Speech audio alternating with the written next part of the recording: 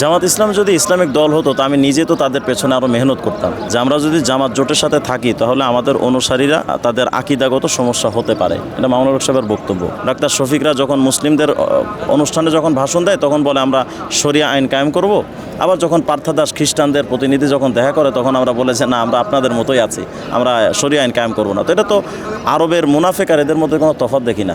দর্শক, এই মুহূর্তে আমরা রয়েছি জাতীয় মসজিদে বাইতুল মোকাররমে, আর আমরা দেখা হয়ে গেল মুফতি রেজওয়ান রফিকের সাথে। আমরা কথা বলবো কয়েকটি বিষয় নিয়ে, কয়েকটি প্রশ্ন সারা দেশের মানুষের, যেটি নির্বাচনের আগে আপনি বলেছেন জামায়াতে ভোট না দেওয়ার জন্য, একটি ইসলামিক দল, সেই দলকে আপনি ভোট না দেওয়ার জন্য কেন বলেছেন, এই ব্যাপারটা যদি দর্শকদের উদ্দেশ্যে একটু বলতেন। জামাত ইসলাম যদি ইসলামিক দল হতো তো আমি নিজে তো তাদের পেছনে আরও মেহনত করতাম যেন তারা ক্ষমতায় আসতে পারে।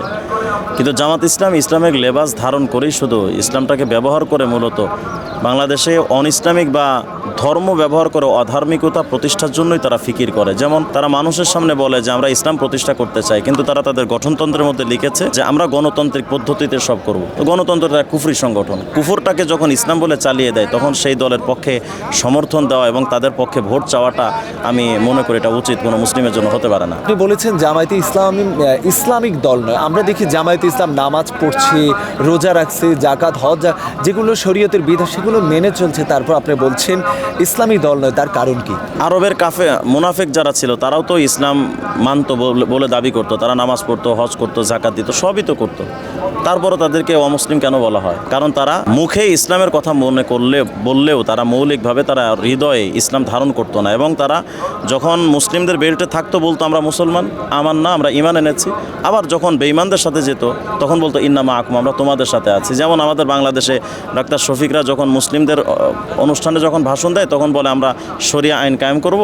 আবার যখন পার্থাদাস খ্রিস্টানদের প্রতিনিধি যখন দেখা করে তখন আমরা বলে যে না আমরা আপনাদের মতোই আছি, আমরা শরিয়া আইন কায়েম করব না। তো এটা তো আরবের মুনাফিক আর এদের মধ্যে কোনো তফাৎ দেখি না। তারা তো তাদের গঠনতন্ত্রের মধ্যে স্পষ্ট করে লিখেছে যে আমরা ইনসাফ ভিত্তিক একটা সমাজ গঠন করব গণতান্ত্রিক পদ্ধতিতে। তারা তো গঠনতন্ত্রের মধ্যে এটা বলেনি যে আমরা আস্তে আস্তে আস্তে আস্তে করব।